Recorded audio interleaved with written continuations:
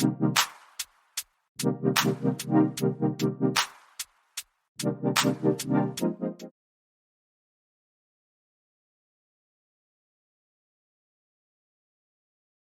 going on, everybody, and welcome to the Other Side of the Firewall podcast. We're talking about the latest and greatest of cybersecurity news, as well as we highlight those movers and shakers and glass ceiling breakers, those people of color who've made it to the other side of the proverbial firewall.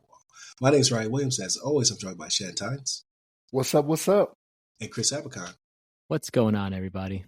What's going on? So welcome to the discussion episode of the podcast. So Monday, Tuesday are topics, Wednesday discussion, Thursdays Ask a CISP, Fridays everything else, movies, books, games. I don't know if I said this part already. I feel like I did. Did I? Possibly. I'm distracted, I guess. I don't know. Well, now you know twice, people. All right. For those listening to it on the podcast anyway. But definitely check us out throughout the week. We're on your podcast platform of choice, as well as YouTube, and now on the radio, 99.1 FM, and the TuneIn app, and then Channel 10 on public access. So all those places. But without further ado, I give it to Shannon.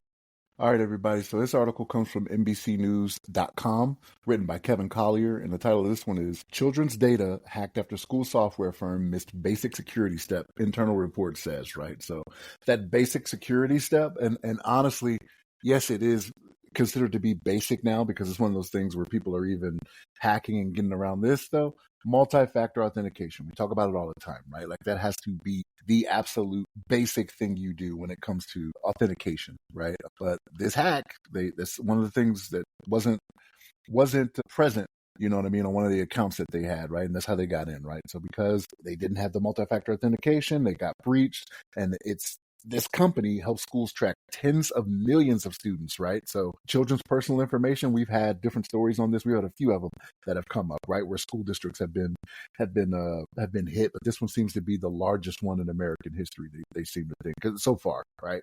Give it time. This one will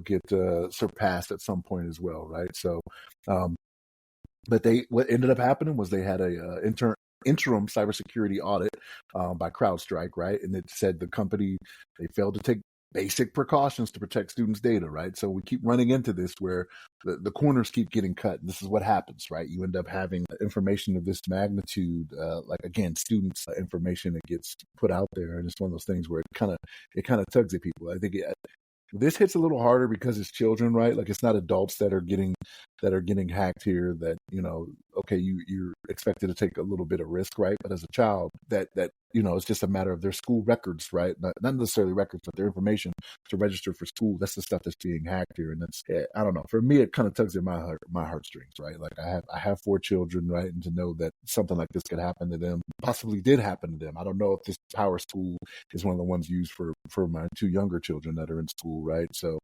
I don't know. We got to do better, folks. Like how are we not to the point where multi-factor authentication is not the basic now, right? Like, and again, I know I mentioned that that's one of the things that recently we had an article not too long ago where they talked about multi-factor was they got around it, but you got to at least start there. We can't keep doing this username password thing and then that's it, no verification of any type that goes into it. Like we talked about it previously, like the passkeys and whatnot for the Gmail accounts. You know, like we gotta do better, folks. This is I don't know. Chris, what's your thoughts on this? I'm gonna leave it. I mean, yeah, obviously, if somebody with administrative rights or higher privileges, like if you're like one of the basic tenets in cybersecurity is, you know, the access control, right? If you have privileged access, you need to have higher levels of security for that, right? You need to protect your passwords, not just like the actual physical passwords. You need multi-factor authentication, whether it might be through YubiKey or, you know, your, you know, authenticator app, passkey, right? Very powerful tools that are really best practices. And if you're an IT administrator, and, you know, if you're still writing down your passwords and, you know, having them in your sticky wall, like we're past that now. Right, we're past that. Not all of us work in like a sensitive compartment facility, right? We can't just, oh yeah, it's never gonna be. A lot of people there's a lot of potential for your password getting leaked out there. And I know we like to talk about this in the podcast, right? So our school did say that they paid the hacker, right? And received a video of them appearing to delete the stolen data. Like, come on. Like, can you trust that guy?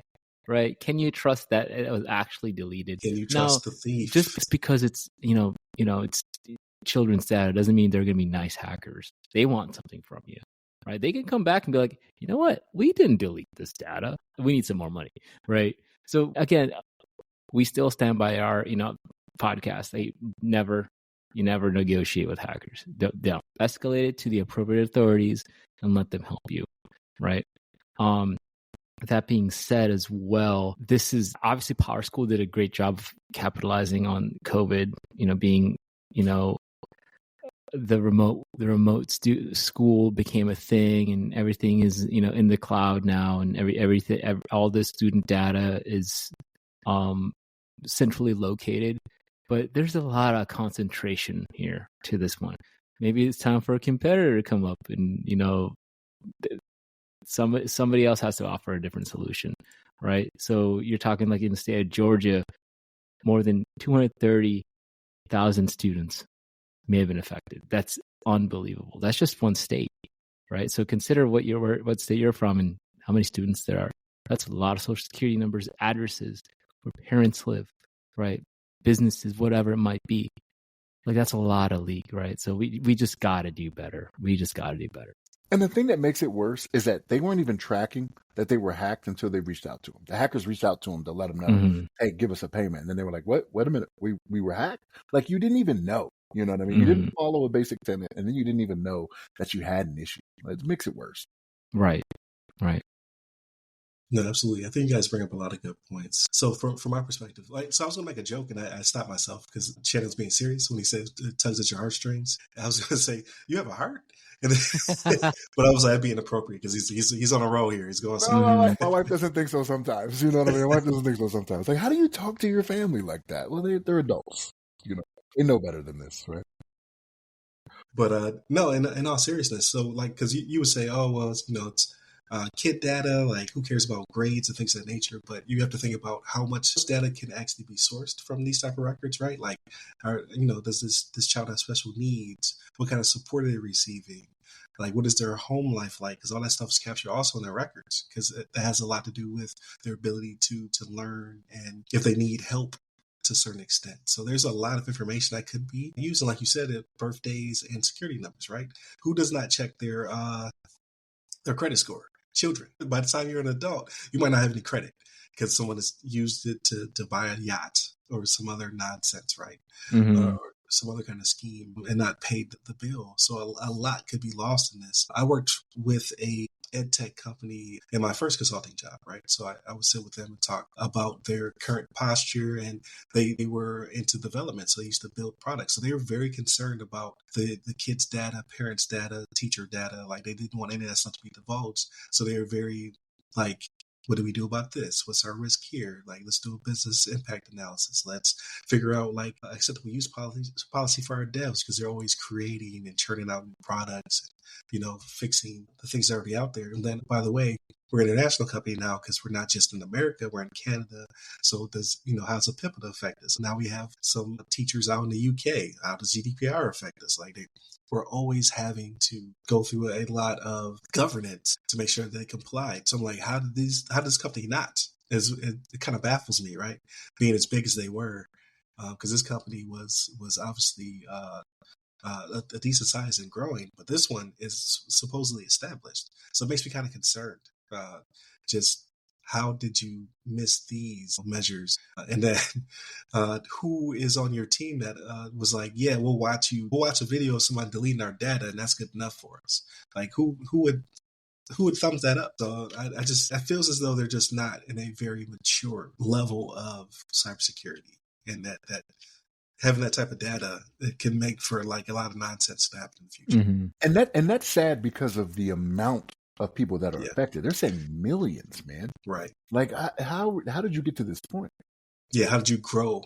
Like your priorities obviously were on growth. I'm not a business guy, but I understand that, right? Companies have to grow. They have to find new avenues, and like the pandemic did a lot for companies like this, because we could never put the genie back in the bottle. So like I talked to my coworkers, because I'm a remote worker.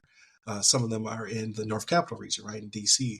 And then when snow days hit, their kids did not just get a snow day, right? It was like, no, we have the ability to go back online now. So you might get a day off, but you're not getting a week off because of these conditions. Like when I was a kid, you just couldn't go to school. So that will never stop. So these companies will only grow and become more popular because now that we're in a situation where we know kids can go to school online for short periods of time, if necessary, or long periods of time, like, so now they're becoming more embedded in our culture, and that's the way we do education. But for them to be skipping and cutting corners like this definitely is concerning. Yeah, and I can see, like you said, they're going to get double tapped. Like, you watch somebody delete something, but was that all the data? Can they come back? Because they usually come back. So I just don't think they're in a good position. They definitely have a lot of work to do. Whomever their consulting team is, whoever they brought in for instant response, there's a lot to be done there. Hopefully they get right sooner rather than later, because they're relying on millions of people relying on them, right? And like Chris said, maybe a competitor needs to come in to speed these people up, because you're not doing so hot. So, but definitely continue to tune in to the podcast. Hit us up by all the websites that go by our name: The Other Side of the Firewall, The Other Side of the FW, or Ask a CISSP. Hit me up personally at RYRY Security Guy. That's RYRY Security Guy. You can find me pretty much on all the platforms, but LinkedIn's my bread and butter. And where can they find you, Chris? You can find me on LinkedIn under my name, Chris Avicon. Last name is spelled A. Bacon. There it is. Stay safe. Stay secure.